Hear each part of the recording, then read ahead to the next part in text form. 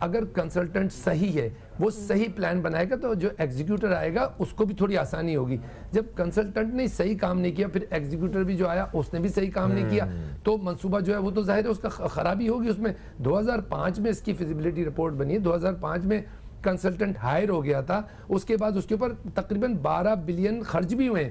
آپ بدقسمتی دیکھیں کہ یہ منصوبہ ٹوٹل اس وقت جب اس کی لاگت لگائی گئی تھی تو اس کی کنسلٹنسی فیس کے ساتھ یہ کوئی 13 بلین کا تھا, 13 ارب کا, اور اس کے بعد 13 ارب میں یہ منصوبہ کمپلیٹ ہو جانا چاہیے تھا. آج میں نے اور آپ نے اس پانی کے مزے لینے چاہیے تھے, لیکن 13 ارب کا نقصان ہو چکا ہے صرف اس کو مس ہینڈل کرنے میں.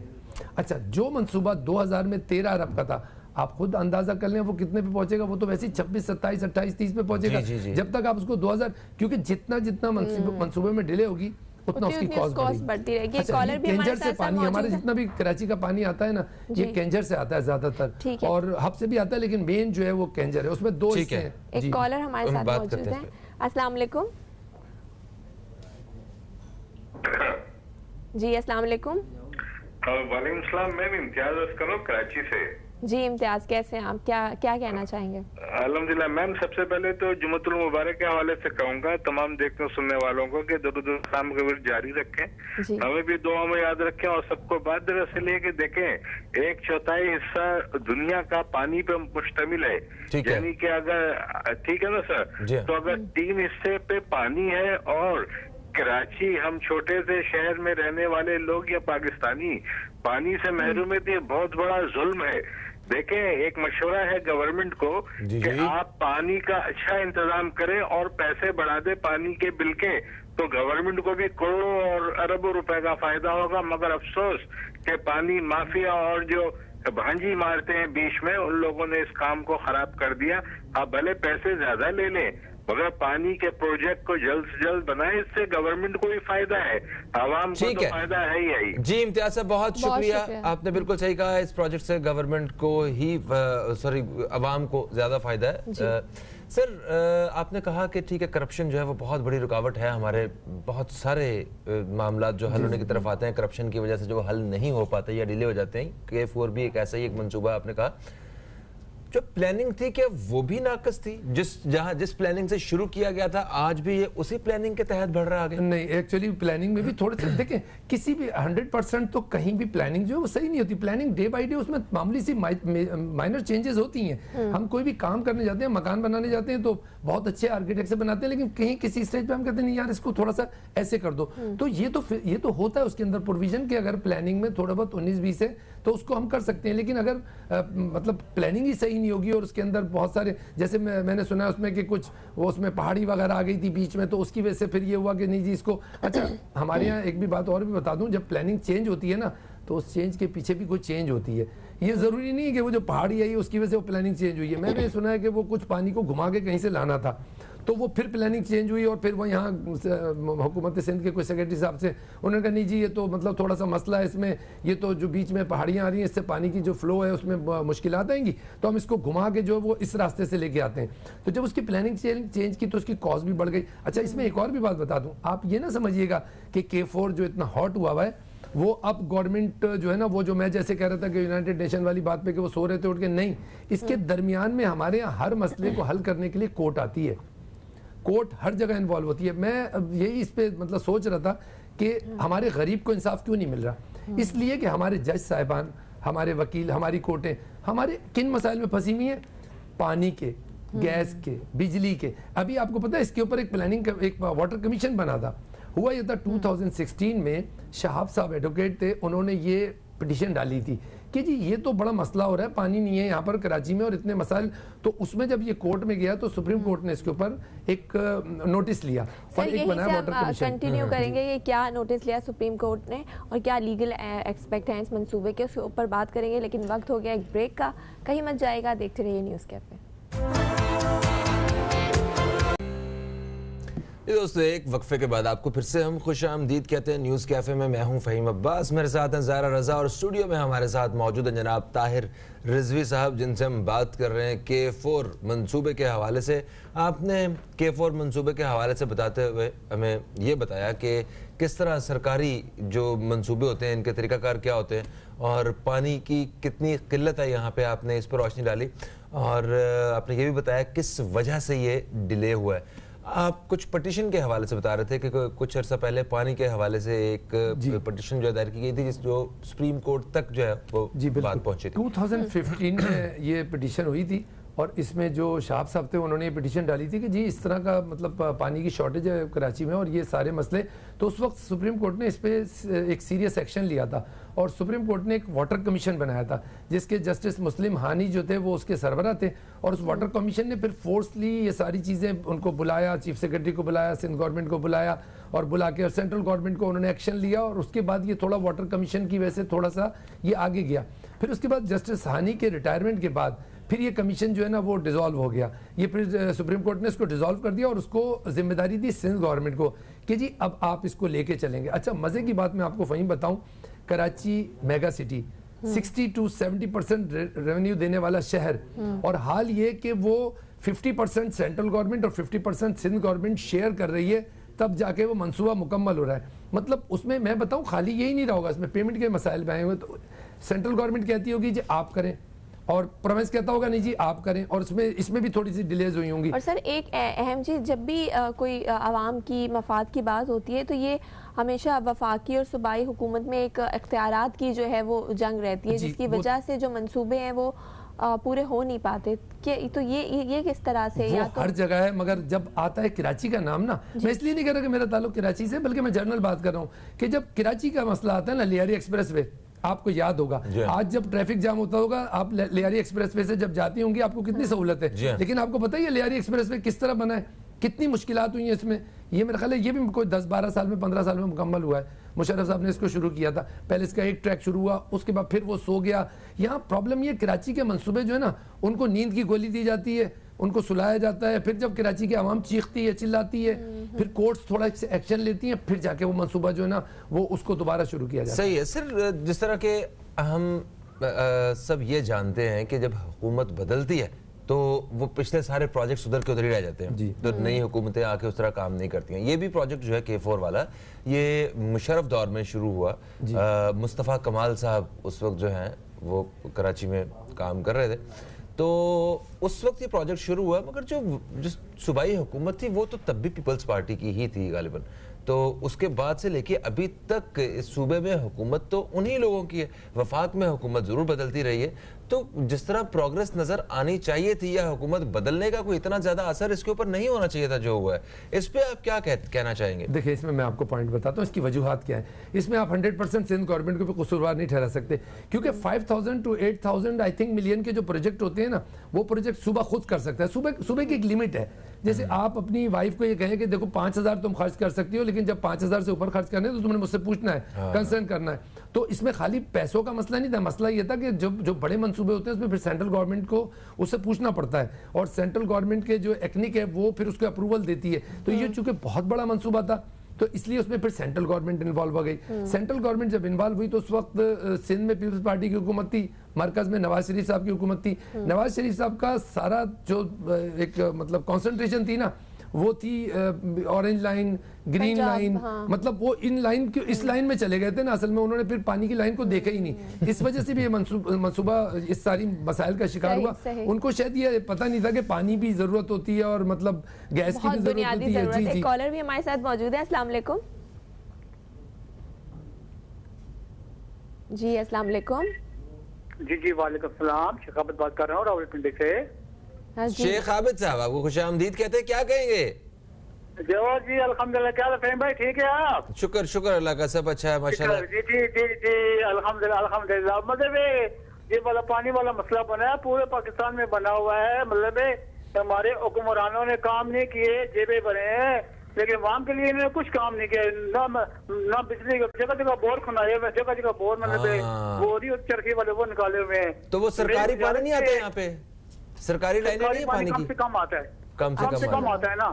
چلو شیخ صاحب آپ انجوائے کریں سردی کا موسم پنڈی میں. بہت شکریہ آپ کا, آپ نے کال کیا. دوستو ایک وقفے کی طرف بڑھ رہے ہیں ہم لوگ, وقفے سے واپس آتے ہیں تو مزید اسی حوالے سے بات کریں گے. کہیں مت جائیے, اب تک دیکھتے رہیے نیوز کیفے, دیکھتے رہیے.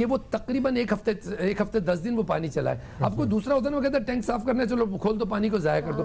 پانی کو ضائع نہیں کریں آپ اگر جیسے ابھی فہیم صاحب نے کہا کہ برش کرتے وقت وہ نل کھول دیتے ہیں اور برش یہ آپ یہ سمجھ رہے ہوتے ہیں کہ یہ پانی ارے کیا ہو گیا تھوڑا سا تو ہے. وہ تھوڑا نہیں ہے, وہ تھوڑا تھوڑا کر کے ایک دفعہ ایک ٹیپ میں چھوٹی سی بات ہے ایک ٹیپ لیک ہو رہا تھا میرے گھر کا, میں نے اس کے اوپر بوتل لگا دی اور ٹپ ٹپ کر رہا تھا خالی ٹپ ٹپ, تو اس میں وہ تقریباً میں نے دیکھا کہ 3 لیٹر پانی 24 گھنٹے میں وہ بوتل بھر جاتی تھی. اس کے بعد پھر میں نے کیلکولیٹ کیا 10 دن میں کتنا, میں نے اندازہ لگایا اور میں نے اپنی وائف کو کہا, میں نے کہا یہ تقریباً 20 دن کے اندر ہمارا آدھا ٹینکر پانی جو ہے نا اس خالی ایک نل کے ٹپ ٹپ کرنے سے ہوتا ہے. تو اس میں بہت ڈینجرس صورتحال ہے پانی کی, میں بتا رہا ہوں. سر تھینک یو سو مچ, آپ تشریف لائے, آپ نے بہت ہی ایک اچھا پیغام بھی دیا اس حوالے سے, اور ہم امید کرتے ہیں کہ یہ جو پروجیکٹ ہے یہ منصوبہ جو شروع ہو چکا ہے یہ مزید تاخیر کا شکار نہ ہو اور وقت پہ مکمل ہو اور شہریوں کو سہولت ملے. اور جس طرح آپ نے پیغام دیا اسی کے ساتھ ہی ہم اس پروگرام کے حصے کو بھی ختم کرتے ہیں. تھینک یو سو مچ. دوستو ایک وقفے کی طرف بڑھیں گے, وقفے سے واپس آئیں گے تو ہمارے ساتھ موجود ہوں گے جناب حضرت مولانا بشیر فاروق قادری صاحب, جن سے بات ہوگی استخارہ روحانی اور شرعی رہنمائی کے حوالے سے. قیمت جائیے, اب تک دیکھتے رہیے نیوز کیفے, دیکھتے رہیے.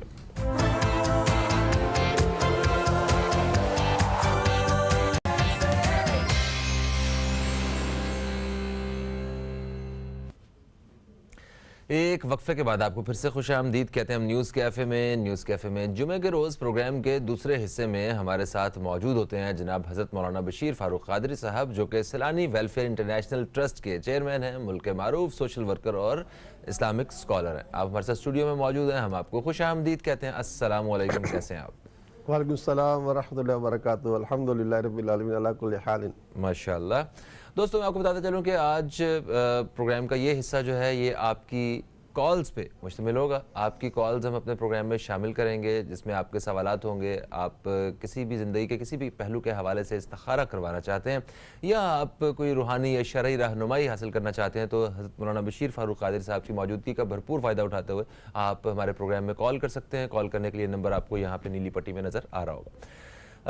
سر ماشاءاللہ آپ ایک سماجی شخصیت ہیں اور میں آپ کو مبارکباد پیش کرتا ہوں. آپ نے حال ہی میں 2 لنگر خانے جو ہیں ان کا آغاز کیا ہے اسی ہفتے میں, ایک چنیوٹ میں اور دوسرا گڈون میں, کے پی کے اور پنجاب میں 2 مختلف جگہوں پہ. سب سے پہلے تو اس کی مبارکباد. اور اسی کے ساتھ ساتھ آپ کی کچھ سیاسی شخصیات سے ملاقات بھی ہوئی ہیں. شاہ محمود قریشی صاحب سے بھی آپ مل کے آئے ہیں اور اسپیکر صاحب سے بھی آپ کی ملاقات ہوئی ہے. تو ذرا یہ سارا آپ کا سیاسی ٹور اور سماجی ٹور جو رہا ہے اس ہفتے کا یہ کیسا رہا ہے, میں چاہتا ہوں اس بارے میں تھوڑی سی روشنی ڈالیے. بسم اللہ الرحمن الرحیم. پہلے تو آپ اس بات کی تصحیح کر لیں کہ یہ سیاسی ٹور نہیں تھا. اچھا, سیاسی شخصیات سے ملاقات کی وجہ سے آنے کے سیاسی شخصیات نہیں ہے, یہ ہے سرکاری شخصیات. بے شک بلا شبہ ایسا ہے. بسم اللہ الرحمن الرحیم. الحمدللہ چنیوٹ میں ہمارے پہلے بھی دسترخوان موجود تھے. اب اسپتال کے اندر جو مریض آتے ہیں ان کے لیے مریض کو بیڈ ٹو بیڈ کھانا پہنچانا اور پھر ان کے تیمہ داروں کے لیے باہر قیام اور طعام کا انتظام کرنا. تو یہ بہت بڑا الحمدللہ رب العالمین اللہ کی رحمت سے کام ہوا. وہاں کے بہت ہی ایک بڑے خیر کے کام کرنے والے ہمارے صاحب ہیں مسعود اقبال صاحب, انہوں نے بھی وہاں بہت تعاون کیا اور وہاں بہترین قسم کا ہم نے کچن بنایا ہے تاکہ بڑی تعداد میں کھانا پک سکے, اور مسعود اقبال صاحب کے تعاون سے وہاں بہت بڑا کام ہوا. اب ہم انشاءاللہ کھانا جو ہے وہ شروع کر رہے ہیں. ویسے تو پہلے شروع تھا لیکن اندر اسپتال کے اندر. پھر اس کے بعد پاکستان کا سب سے بڑے انڈسٹریل زون میں سے ایک زون ہے گدون سوابی کے ساتھ ہے. یہ بہت بڑا شہر ہے سوابی بھی. تو وہاں الحمدللہ ہم نے لنگر خانہ شروع کیا. وہ الحمدللہ ریاست نے ہمیں جگہ دی. وہاں پر فائر بریگیڈ کا جو دفتر ہوتا ہے وہاں پر انہوں نے جگہ دی. وہاں الحمدللہ ہم نے کچن بنایا اور وہاں کھانا شروع کیا تاکہ مزدور کو کھانا نصیب ہو. زبردست ماشاءاللہ. اس کے بعد اسپیکر صاحب کا ہم حاضر ہوئے ان کے اسپیکر ہاؤس میں. انہوں نے بھی ہم سے پوچھا, بات کی, تو ہم نے یہ کہا کہ ہم پاکستان تینوں کاموں میں ہم آپ کے ساتھ ہیں, لنگر خانہ, پناہ گاہیں اور کوئی بھوکھا نہ سوئے. تینوں کاموں میں سیلانی آپ کا ساتھ ہے اور انشاءاللہ تعالیٰ ساتھ رہے گا. یہ اللہ تعالیٰ کی مدد ہے. بڑے خوش ہوئے. اس کے بعد پھر ہم وہاں گئے امور خارجہ کے وزیر صاحب کے پاس, قریشی صاحب کے پاس. تو آپ سے بات ہوئی. آپ نے بھی سب سے پہلے سوال کیا ملتان کا لنگر خانہ کیسا چل رہا ہے کیونکہ انہوں نے اس کی ابتدا کی تھی نا, اور ملتان سے غالباً یہ جیتے بھی ہیں. جی ہاں. تو ظاہر آدمی اپنے شہر کی بات تو کرے گا نا. پھر وہاں پانی کے بارے میں بات کریں کہ پانی کے بے شمار جو ہے نا مطلب یونٹ جو ہے وہ بند پڑے ہوئے ہیں.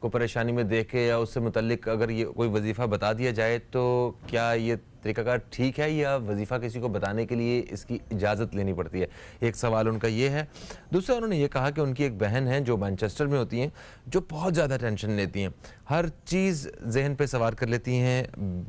ان کے بیٹے کی خواہش جو ہے یہ بھی اپنے ذہن پہ جو ہے وہ یہ بات بھی، اور کچھ ان کے بارے میں بتائیں کہ وہ کیا پڑھیں اور کس طرح بہتری ہو.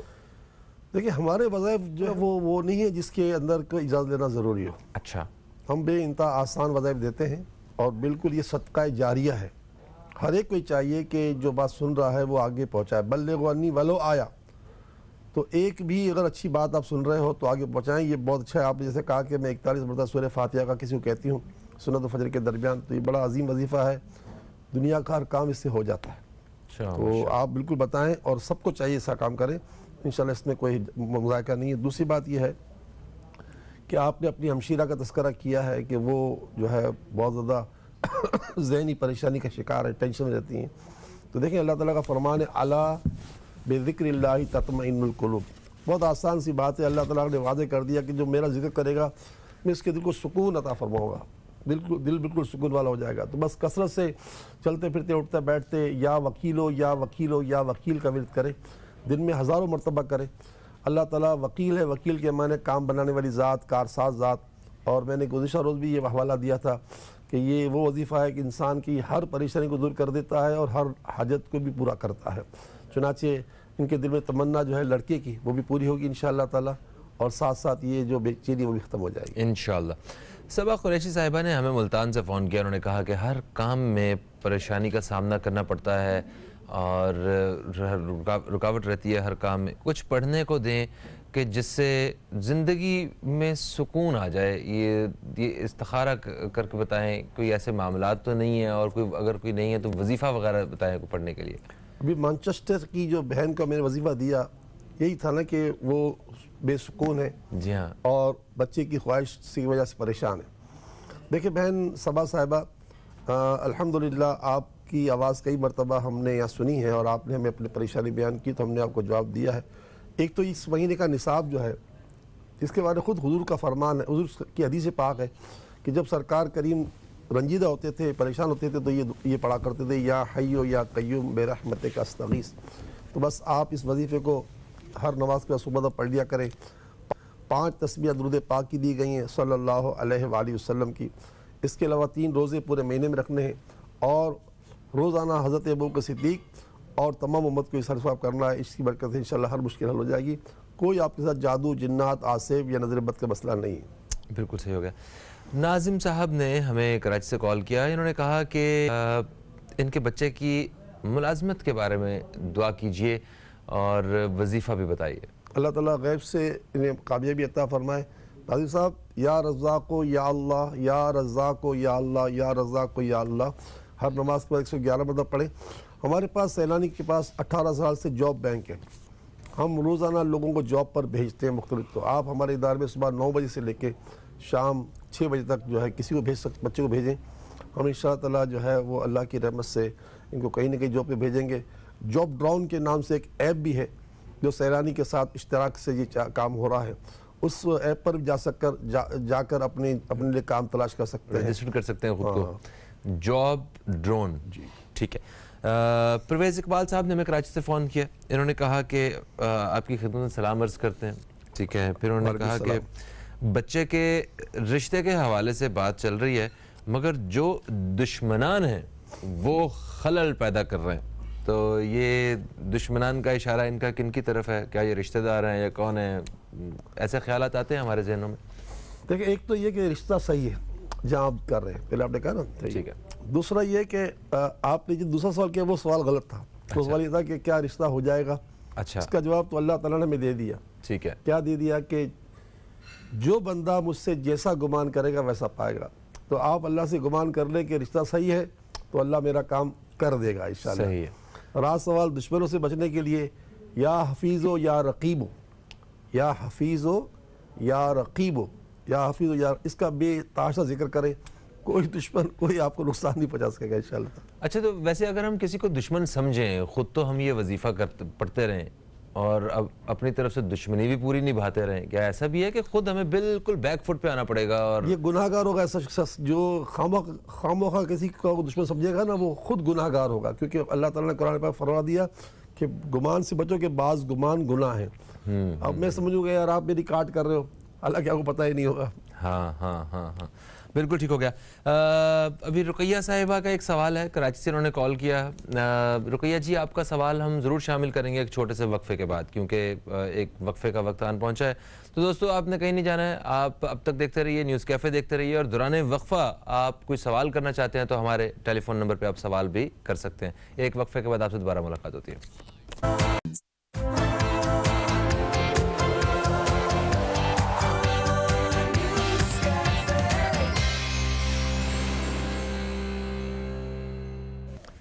ایک وقفے کے بعد آپ کو پھر سے خوش آمدید کہتے ہیں ہم نیوز کیفے میں۔ نیوز کیفے میں ہمارے ساتھ موجود ہیں جناب حضرت مولانا بشیر فاروق قادری صاحب، جن سے ہم آپ دوستوں کے سوالات کے حوالے سے ان سے متعلق بات کر رہے ہیں۔ وقفے سے پہلے جو آپ کے سوالات ہم نے شامل کیے کچھ رہ گئے تھے، رقیہ صاحبہ کا سوال رہ گیا تھا، وہیں سے ہم دوبارہ شروع کرتے ہیں۔ کراچی سے انہوں نے کال کیا تھا، انہوں نے کہا تھا کہ ان کی بہن ہیں رابعہ، جو 2.5 سال کی عمر میں بیمار پڑ گئی، نہیں جن کا میڈیکل ٹریٹمنٹ بھی ہو رہا ہے، روحانی علاج بھی ہو رہا ہے، اور یہ بھی کچھ لوگوں نے کہا ہے کہ ان پہ کوئی سایہ وغیرہ ہے، تو یہ انہوں نے ان کے لیے ڈسیبل کا لفظ بھی جو ہے وہ استعمال کیا تھا۔ پھر انہوں نے دوسرا سوال کیا، ان کی آپی ہیں سبیحہ جو 2 سال سے بیمار ہیں اور وہ ان کے سر کے بال تک اتر گئے ہیں۔ دیکھیں دونوں کے ساتھ مسائل قدرتی ہیں۔ اچھا، اگر کوئی ان کو کہتا ہے کہ یہ معاملات ہے تو خیر وہ ان کی مرضی ہے، ہمارے پاس تو اس کا جواب یہی ہے۔ ٹھیک ہے، اچھا دونوں کے لیے ہم سے رابطہ کر لیں، کراچی سے غالباً کال کی انہوں نے۔ جی ہاں جی ہاں، تو میں انشاءاللہ سر میں لگانے کا تیل دوں گا، اس کی کوانٹٹی تو بہت تھوڑی ہوگی لیکن پھر آپ اس مزید تیل ملا لیجئے گا اور اس سے الحمدللہ اللہ کی رحمت سے فائدہ پہنچے گا۔ باقی یہ کہ اللہ تعالیٰ کی رحمت سے کوئی ایسا بات تو ہے نہیں، دونوں کے لیے وظیفہ یہ ہے کہ 3 مرتبہ سورہ فاتحہ پڑھ کر انہیں دم کیا جائے، دم کیا پانی پلایا جائے۔ رسول اکرم صلی اللہ علیہ وآلہ وسلم کا فرمان ہے سورہ فاتحہ تمام بیماریوں کی شفا ہے، اللہ تعالیٰ نے شفا عطا فرمائے، وجہ کچھ بھی نہیں ہے۔ ٹھیک ہے، بینش صاحبہ نے ہمیں اسلام آباد سے فون کیا، انہوں نے کہا کہ مولانا صاحب کو سلام، اور پھر انہوں نے کہا میرا رشتہ ہوا تھا 2-3 مہینے پہلے، شادی سے کچھ دن پہلے جو ہے وہ رشتہ ٹوٹ گیا، تو کچھ بتائیے۔ وجہ تو کچھ بھی نہیں ہے، شاید گفتگو کے دوران یہ بات بھی ہوئی تھی کہ کچھ مہر کی حق مہر کا ذکر ہوا تھا۔ دیکھیں رسول اکرم صلی اللہ علیہ وسلم کے ارشادات میں یہ بات موجود ہے کہ نکاح وہ جو سستا ہو، نکاح وہ اچھا جو سستا ہو، اچھا آسان ہو، آسان ہو۔ بہرحال ایک مہر کی جو رقم ہے کم سے کم 3.5 تولہ چاندی تو ہے ہی، اس سے کم تو نہیں ہو سکتا مہر، ٹھیک ہے، 10 درہم۔ البتہ یہ ہے کہ زیادہ مہر بھی بعض اوقات خوف کی وجہ سے رکھا جاتا ہے تاکہ ہماری بیٹی محفوظ رہے، لیکن پھر باتیں جو ہے نا مل کے ہونا اتفاق سے تو بڑے بڑے مسائل حل ہو سکتے ہیں۔ بیٹا ایسی کوئی بات نہیں ہے، اللہ آپ کی مدد فرمائے، بس آپ 60 مرتبہ ہر نماز کے بعد پڑھا کریں، جلدی آپ کا رشتہ ہو جائے گا، اور اللہ نے چاہتا دوبارہ آپ جلدی شادی شدہ، جب کا شادی کی تاریخ 23 آپ کی طے ہو چکی تھی اور آپ کا رشتہ ٹوٹ گیا، ایک بہت دکھ کی بات ہے۔ 60 مرتبہ سبحان اللہ والحمد للہ ولا الہ الا اللہ واللہ اکبر ولا حول ولا قوت الا باللہ، تیسرا کلمہ جو ہے ہر نماز میں پڑھے 60 مرتبہ، انشاءاللہ اس سے آپ کی من کی مراد پوری ہو جائے گی۔ بالکل ٹھیک ہو گیا۔ ہمیں فیصل آباد سے عابدہ صاحبہ نے کال کیا، انہوں نے کہا کہ ان کی شادی کو 37 سال ہو گئے ہیں اور ماشاءاللہ ان کی 3 بیٹیاں ہیں اور 1 بیٹا ہے، بچیوں کے رشتے وغیرہ بھی ہو گئے ہیں، مگر کچھ بچیوں کے رشتوں کے حوالے سے انہیں پریشانی کا سامنا ہے۔ ان کے شوہر نے اپنی زندگی میں بہت محنت کی، ابھی بھی کر رہے ہیں شاید، مگر اپنا گھر نہیں بنا پائے، تو تھوڑا سا یا واجدو یا ماجدو، واجد کے معنی ہے نعمت پانے والا اور ماجد کے معنی ہے بڑی ذات بزرگی والے، یا واجدو یا ماجدو، یہ 313 مرتبہ پڑھ کر اللہ سے دعا مانگیں نا ہر نماز کے بعد، انشاءاللہ آپ کا ذاتی گھر بھی ہو جائے گا اور بیٹیاں بھی ابھی جا خوشحال ہو جائیں گے انشاءاللہ۔ ایک وقفے کا وقت آ گیا ہے جی، وقفے سے واپس آتے ہیں۔ جی ہاں، ایک خاتون کی کال رہ گئی ہے، چکوال سے انہوں نے کال کیا تھا، تو وہ ہم وقفے سے آتے ہیں تو بتاتے ہیں، دوران وقفہ ہم کچھ کالز اور بھی شامل کریں گے، کہیں مت جائیے، اب تک دیکھتے رہیے نیوز کیفے، دیکھتے رہیے۔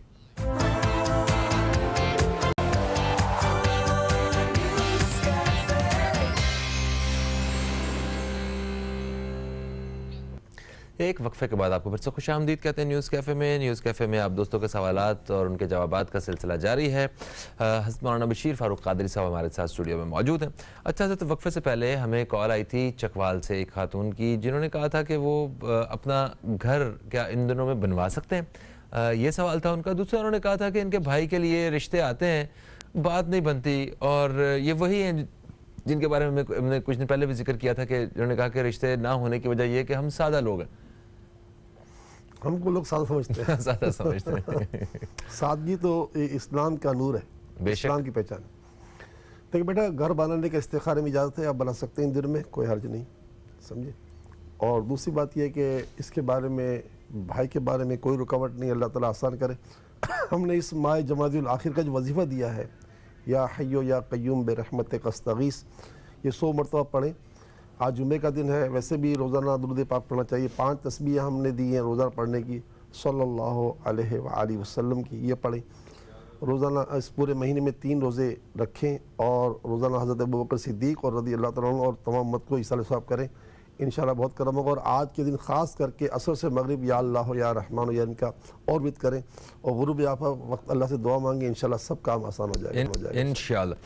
عثمان صاحب نے ہمیں حیدرآباد سے کال کیا، انہوں نے کہا کہ وہ آلریڈی ایک کمپنی میں، ایک اچھی کمپنی میں جاب کر رہے ہیں 3 سال سے، مگر وہاں کوئی ترقی نہیں ہوئی اس طرح۔ انہوں نے تنخواہ میں معمولی سا اضافہ کیا ہے، مگر اس طرح جو پروموشن وغیرہ ہوتی ہے، جو عہدے کی ترقی وغیرہ ہوتی ہے، کوئی نہیں ہوئی ہے۔ ذرا اس بارے میں بتائیے کیا کیا جائے۔ اور پھر رشتہ ان کا ایک ہو رہا ہے استخارہ انہوں نے کروایا، کہ کیا جواب آتا ہے وہ بھی بتا دیا جائے۔ فہیم، ایک بات یہ، صبح سے لے کر شام تک کالوں پر کالیں آتی ہیں ہمارے پاس سیلانی پر، لوگ جاب سرچ کرنے نئی جاب کی طرف بہت زیادہ بڑھ رہے ہوتے ہیں۔ بیٹا دیکھو، ایک بات سن لیجئے، اللہ تعالیٰ کا فرمان ہے لَإِن شَكَرْتُمْ لَأَزِيدَنَّكُمْ، تم میری نعمت کا شکریہ ادا کرو گے تو تمہاری نعمتیں بڑھا دوں گا۔ عام طور پر ایسا آدمی بے وفا بن جاتا ہے، کسی کمپنی سے وفا نہیں کرتا، وہ دیکھتا ہے اگر 5000 تنخواہ بڑھ گئی تو وہاں چلا جاتا ہے، پھر یہ آدمی بے وقار ہو جاتا ہے، اس کا وقار ختم ہو جاتا ہے۔ تو ایک تو یہ کہ آپ کو اور ہم سب کو میرے آقا نے سکھا دیا کہ تم اپنے سے نیچے کو دیکھو دنیاوی معاملے میں۔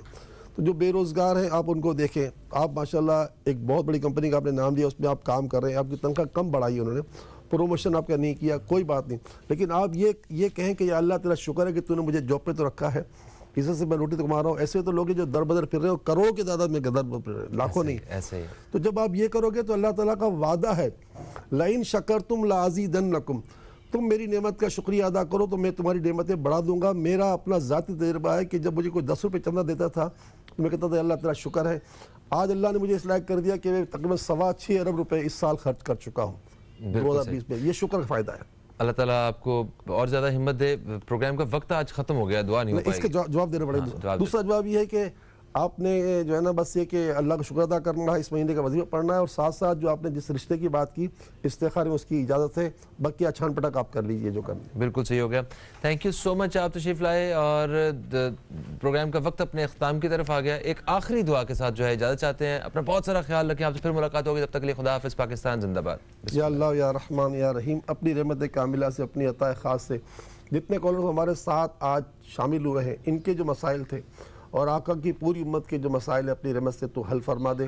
بیماروں کی بیماریاں دور کر دے، قرض داروں کے قرض اتار دے، بے گھروں کو گھر دے، بے اولادوں کو اولاد دے، بے رشتوں کو رشتے دے، اور جو روٹھے ان کو منا دے، جو بچھڑے ان کو ملا دے، اور سارے عالم کے مسلمانوں کا اور ہم سب کا بھلا فرما، سب کے بھلے میں ہمارا بھلا فرما، سب کی خیر میں ہماری خیر فرما، آمین یا رب العالمین۔ وصلی اللہ تعالی علی خیر خلقہ محمد وعلی آلہ وصحبہ۔